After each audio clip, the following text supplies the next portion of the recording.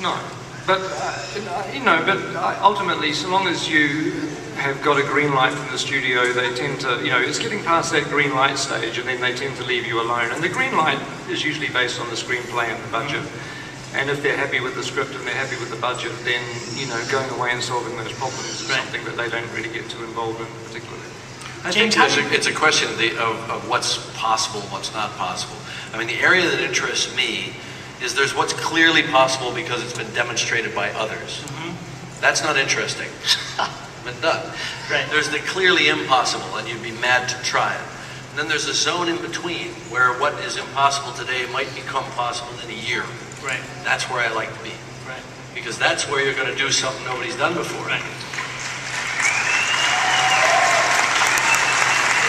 How did Avatar get a conventional green light? I know you were testing it. You got some seed money. How did you get Fox to say yes to that? Avatar had a very, very long pre-production period that was funded by Fox, where we did design for about a year and we did technology development.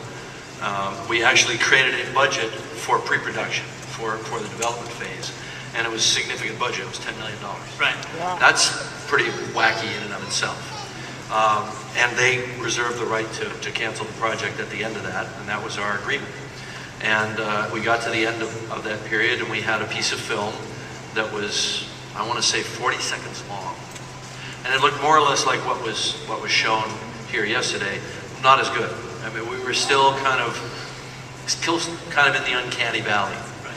But I said, okay, guys, you just have to have a leap of faith here, that when we have the economy of scale, that we're working for a long time, and that a character doesn't appear in 40 seconds of footage, but appears in 2 hours of footage, that it's going to get a lot better. Right. And they kind of looked at me with this look like I was insane, but they could see enough of it to be intrigued, and they went ahead with the project. And was your deal such that if they had said no at that stage, you were free to take the project somewhere else? Yes. With the $10 million attached to it, obviously. Having been spent. Right. Yeah. And a bit besides. But, I'd have my little 40-second clip and a script, and hopefully somebody else, would do it. I don't want anybody to take this comment as a endorsement of anything illegal or dangerous, but when I was looking at the Avatar footage, the amazing kind of phosphorescent jungle stuff, almost psychedelic, I was thinking it would be great in what might be called stoner vision. Hey man, I went to college too, you know what I'm saying?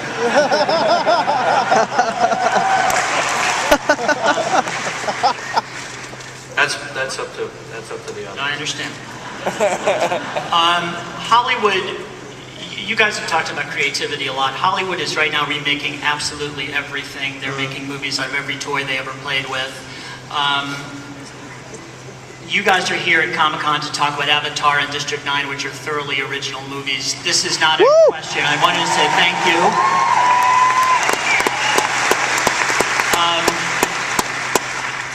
I'm not going to list the names of remakes in the works because it's too depressing, but when you look at the landscape, do you despair about creativity, or do you just think, I'm going to go do my own thing and that's their problem?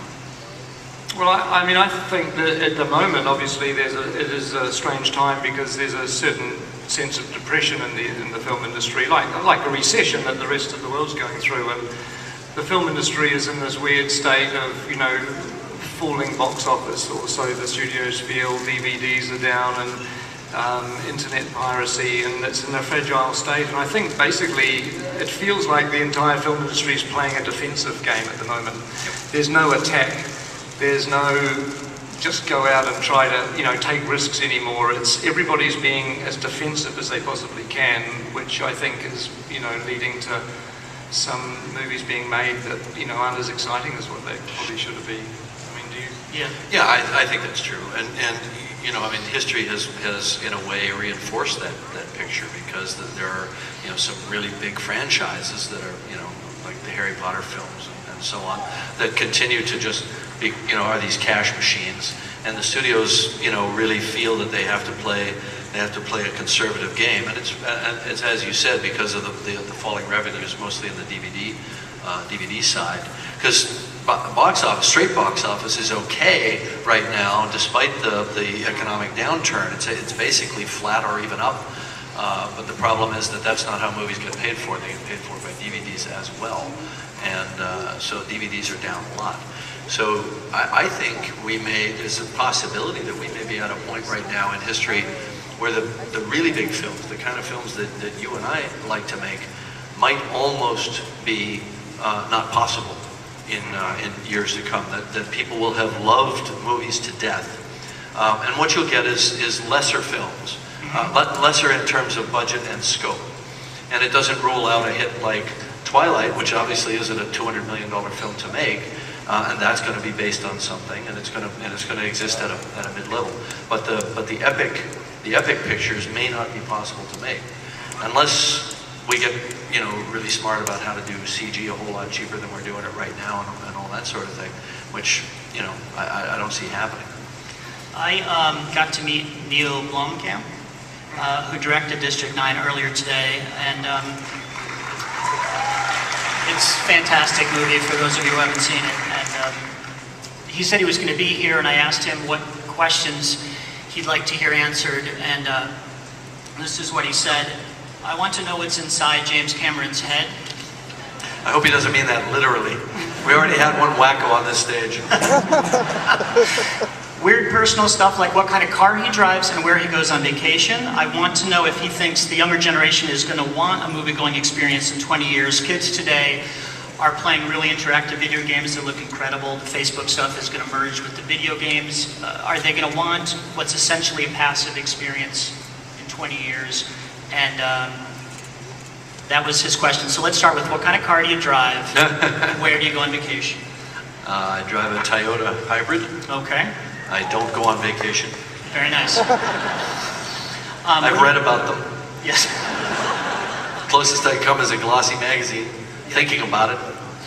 What do you think, either of you, about this issue of the young kids who are, I mean, you wanted to make a movie about Halo. You know this world, you know why it's enthralling. Well, I've got a 14-year-old son, and when I was 14 years old, or even, when I was much older than 14, I used to know the dates that movies were coming out, and I'd look forward to those dates. I'd know the entire year's worth of movies that I was looking forward to and when to expect them. And my son's doing exactly the same thing, except it's with games, it's not with movies. I mean, he's 14, he doesn't really have that much interest in films that are coming out, but he knows when the next Call of Duty game is coming out.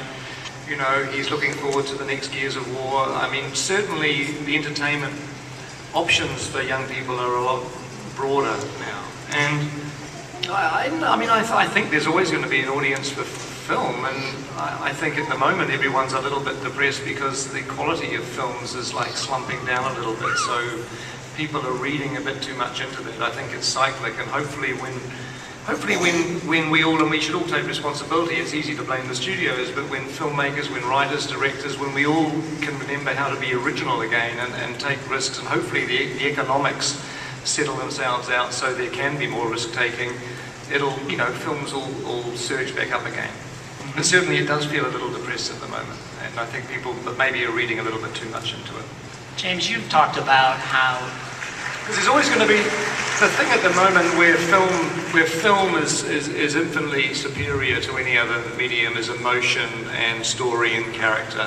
And when that's done well, there's nothing like a great movie. I don't think I mean, as much as I love video games, you don't cry in a video game. No. Not unless you lose right before you get there. Unless you lose right now, yeah. That's a different kind of crying that I'm talking about. Well, when I get beaten by my 14-year-old son all the time... Then you cry, yeah.